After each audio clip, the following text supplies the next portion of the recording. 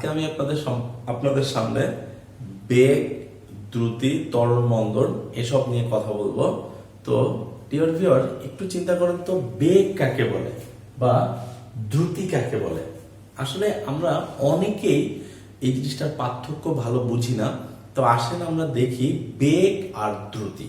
তো আপনি একটু চিন্তা করেন তো, আমরা যদি বাসা থেকে বের হওয়ার পরে আমাদের যদি একটা নির্দিষ্ট গন্তব্য থাকে, ধরেন আমরা বাসা থেকে বের হয়ে নির্দিষ্ট যে কোনো একটা কাজে যাব, তো আমরা যখন বাসা থেকে বের হয়ে ওই নির্দিষ্ট কাজের উদ্দেশ্যে ওই জায়গাটা যাব, অর্থাৎ এটা হচ্ছে আমাদের বেগ।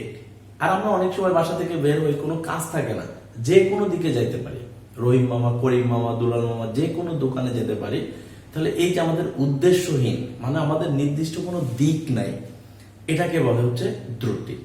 তার মানে আমরা বলবো যে একক সময়ে নির্দিষ্ট দিকে যে দূরত্ব অতিক্রম করা হয় তাকে বলা হয় বেগ। আর একক সময়ে যে কোনো দিকে যে দূরত্ব অতিক্রম করা হয় তাকে বলা হয় দ্রুতি। আমি আবারও বলছি, একক সময়ে নির্দিষ্ট দিকে যে দূরত্ব অতিক্রম করে তাকে বলা হয় বেগ। আর একক সময়ে যে কোনো দিকে একটা দূরত্ব অতিক্রম করলে তাকে বলা হয় দ্রুতি। তাহলে বেগ আর হচ্ছে দ্রুতি। তাহলে আমরা বলছি একক সময়ে নির্দিষ্ট দিকে, মানে দিক যদি থাকে তাহলে বেগ হচ্ছে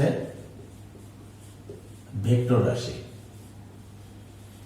একটু খেয়াল করে দেখেন তো, আমরা রাশির লেকচারে বলছিলাম যে যদি ভেক্টর রাশির মান এবং দিক উভয় আছে, অর্থাৎ বেগ হচ্ছে মান এবং দিক উভয় আছে, এই জন্য বেগ হচ্ছে ভেক্টর রাশি। আর দ্রুতি যে কোনো দিকে, অর্থাৎ দিকের ঠিক নাই, এই জন্য স্কেলার রাশি। তাহলে অনেক সময় ডিয়ার ভিউয়ার পরীক্ষায় আসে যে বেগ আর দ্রুতির ভিতরে পার্থক্য কি। তো একটু খেয়াল করেন, বেগ হচ্ছে ভেক্টর রাশি আর দ্রুতি হচ্ছে স্কেলার রাশি। অর্থাৎ বেগের নির্দিষ্ট মান ও দিক উভয় আছে, আর দ্রুতির শুধু মান আছে বাট দিক নাই।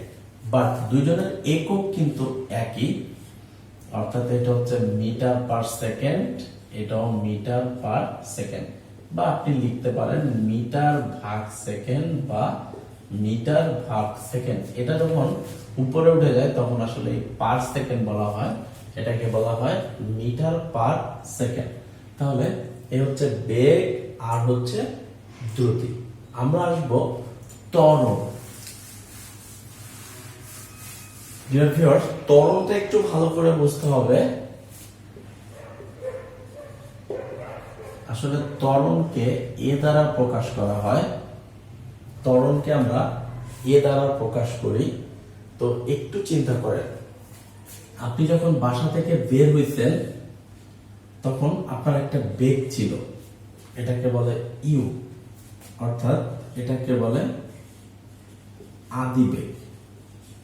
তার মানে বাসা থেকে যখন আপনি বের হইছেন তখন আপনার একটা বেগ ছিল, এটাকে বলে আদি বেগ, মানে শুরুর বেগ। আর শুরুর বেগটাকে বলা হয় আদি বেগ। আর আপনি বাসা থেকে যে কোনো একটা জায়গায় অবস্থান করছেন, মানে একদম শেষে যেখানে গেছেন, এটাকে বলা হয় শেষ বেগ। আর শেষ বেগটাকে ভি দ্বারা প্রকাশ করা হয়।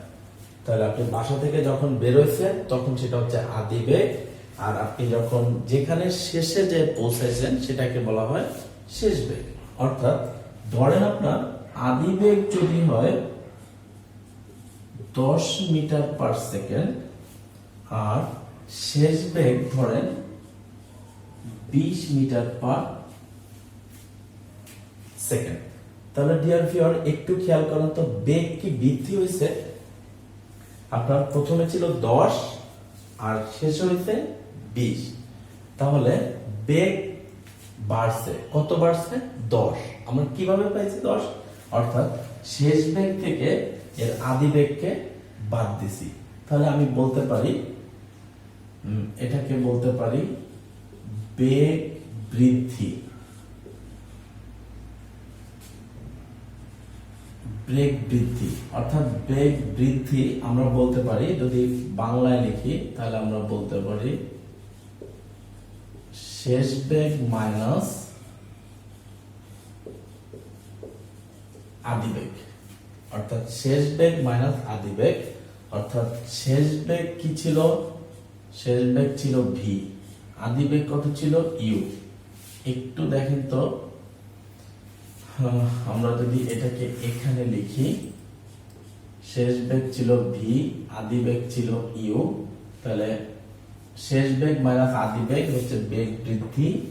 আর আপনার বাসা থেকে ওইখানে যেখানে আপনি গেছেন সেখানে যাইতে একটা সময় লাগছিল, সময়। আর সময়কে প্রকাশ করে টি দ্বারা, ধরেন সময় লাগছিল 2 সেকেন্ড।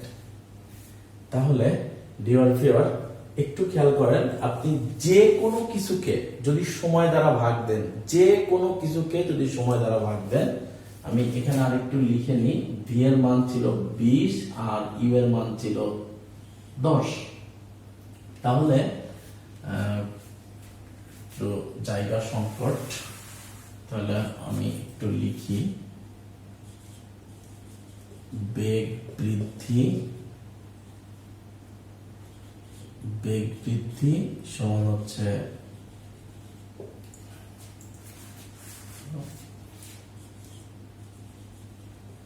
বেগ বৃদ্ধি ইকুয়াল টু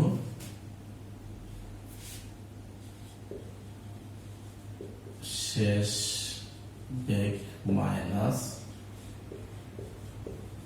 আদি বেগ equal to V minus U. V এর মান ছিল 20 মাইনাস ইউ ছিল 10, আর ভি থেকে 10 বাদ দিলে থাকে 10।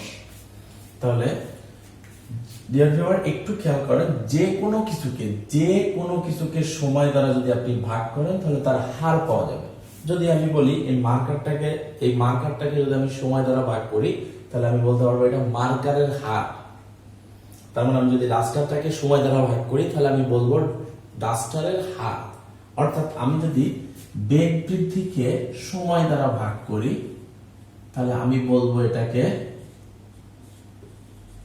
বেগ বৃদ্ধির হার। আর এই বেগ বৃদ্ধির হার, তাহলে শেষ বেগ মাইনাস আদি বেগ, এটাকে যদি আমি সময় দ্বারা ভাগ করি,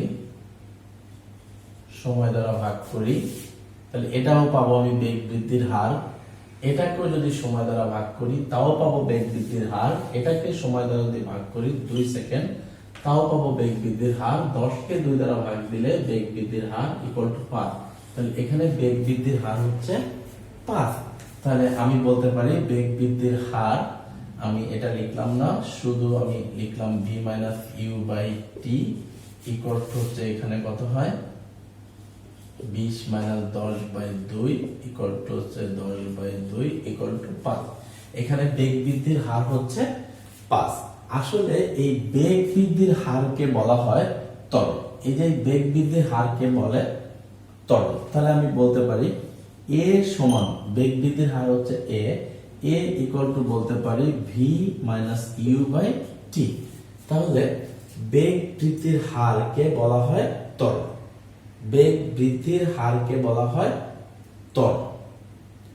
তো এই হচ্ছে ডিয়ার ভিউয়ার যে ত্বরণ এ সমান শেষ বেগ মাইনাস আদি বেগ বাই সময়, অর্থাৎ বেগ বৃদ্ধির হারকে বলা হবে ত্বরণ। আবার এটাকে একটা বলে সমত্বরণ। ত্বরণ আবার 2 প্রকার, একটা হচ্ছে সমত্বরণ, অসমত্বরণ। তাহলে সমত্বরণ কি? যদি আমি প্রথম সেকেন্ডে 5 মিটার, দ্বিতীয় সেকেন্ডে 5 মিটার, তৃতীয় সেকেন্ডে 5 মিটার, চতুর্থ সেকেন্ডে 5 মিটার, এর পরের সেকেন্ডে যদি আমি 5 মিটার দূরত্ব অতিক্রম করি, মানে সমান সময়ে আমি যদি সমান দূরত্ব অতিক্রম করি, তাহলে এটাকে বলবে সমত্বরণ। আর এমন হইলো আমি প্রথম সেকেন্ডে গেলাম 5 মিটার, পরের সেকেন্ডে আমি চলে গেলাম 10 মিটার, তারপরের সেকেন্ডে আমি গেলাম 15 মিটার। এই যে সমান সময়ে যদি আমি কম বেশি দূরত্ব অতিক্রম করি তাহলে তাকে বলে অসমত্বরণ। তাহলে সমান সময়ে সমান দূরত্ব অতিক্রম করলে তাকে বলে সমতরণ। আর যদি সমান সময়ে আমরা যদি কম বেশি দূরত্ব অতিক্রম করি তাহলে তাকে বলে অসমতরণ।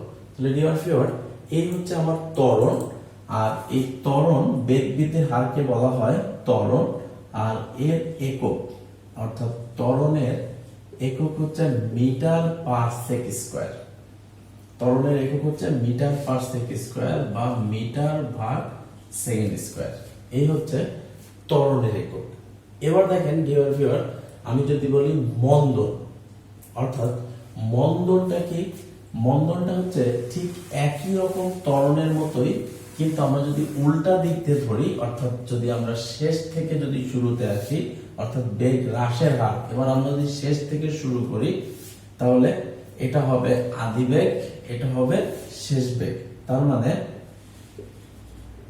মন্দনকেও আসলে এ দ্বারা প্রকাশ করা হয়, আর এটাকে বলা হয় বেগ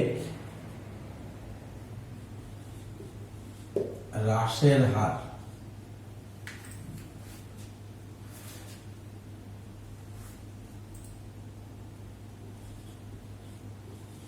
বেগ হ্রাস বাই হচ্ছে সময়, অর্থাৎ এবার হচ্ছে ইউ মাইনাস ভি বাই 2, অর্থাৎ ইউ এর মান কত? 10 মাইনাস 20 ভাগ 2 সমান হচ্ছে minus 10 by 2 equal to minus 5, অর্থাৎ বেগ হ্রাসের হার।